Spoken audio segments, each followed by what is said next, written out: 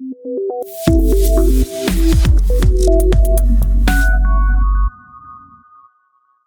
there, welcome to CodeChef. Today we are going to be discussing the project Hangman from our course Projects for Beginners in C. So let's begin. So in this project we'll be building a simple Hangman game in C language. So I think we all know how the game of Hangman works. There will be a secret word which the user has to guess. And at first we'll display the secret word to the user filled with blanks. And the user will have the number of guesses as the number of letters in the secret word. So let's say there are 8 letters in my word, so I will have 8 blanks, and I can either guess the entire word or a letter. And let's say I guess the letter A which is present in the secret word, then that should be displayed along with the display word. So after every turn we should be showing the display word to the user to show what their guess is right and what their guess is wrong. So as I explained previously, here we have our rules. The length of the word is the count of the chances or the guesses that the user guess. For every guess, whether incorrect or correct, the total guess will be reduced by 1. So one thing I forgot to mention is the win condition. So previously I had explained the win conditions. So the win conditions are that if all the letters are guessed correctly and the number of chances is greater than 0 or equal to 0, that is, I have more than one chance left to guess and I've guessed the entire secret word already, then I have won the game, or else the user has lost. That is, let's say at last I have one blank space left but I have 0 chances, then I have lost the game. Coming from the coding perspective, let's look at the flow for this particular project.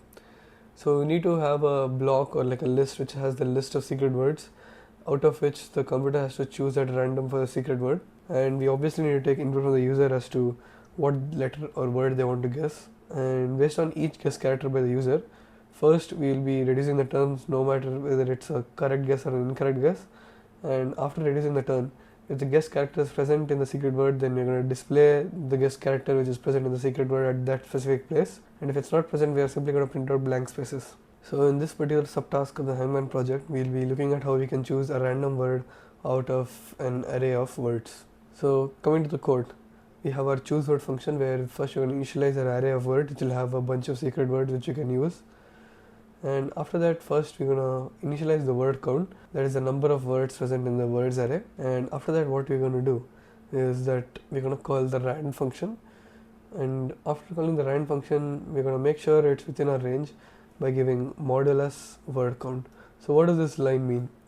So basically, rand function is going to give out a numerical value which might be a very large value or a very small value.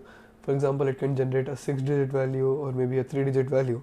But then our array has, let's say, only 5 elements, but the random number generated by the rand value can be any number. So that's why we are going to be dividing it by the total number of words present in the words list, that is the length of the array, and whatever remainder we get, we'll be using that as the random index.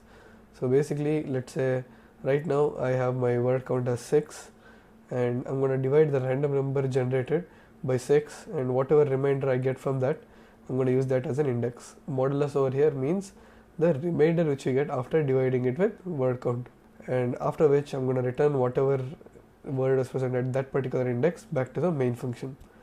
Now coming to the main function, in the first line we are setting the random generator. But why are we doing this? So computers cannot have innate randomness, that is, it cannot generate numbers at random. Instead, we need to give it instructions on how to choose it at random. So the way this works is, so let's say the seed is 1. So for the seed 1, the random number will always choose a specific variable or a specific number. That is, for a particular seed, the way the random number generated chooses a number is exactly the same. But for two different seeds, the way the random number generator chooses the number is different.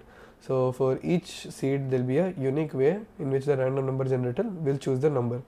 That's why we're going to give the seed as the current time. So time over here is going to return the number of seconds that have passed since January 1st, 1970. So every second will be a new number and hence a new seed.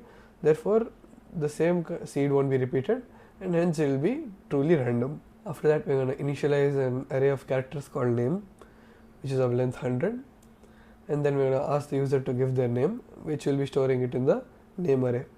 Fgets over here is simply a different way to get input from the user.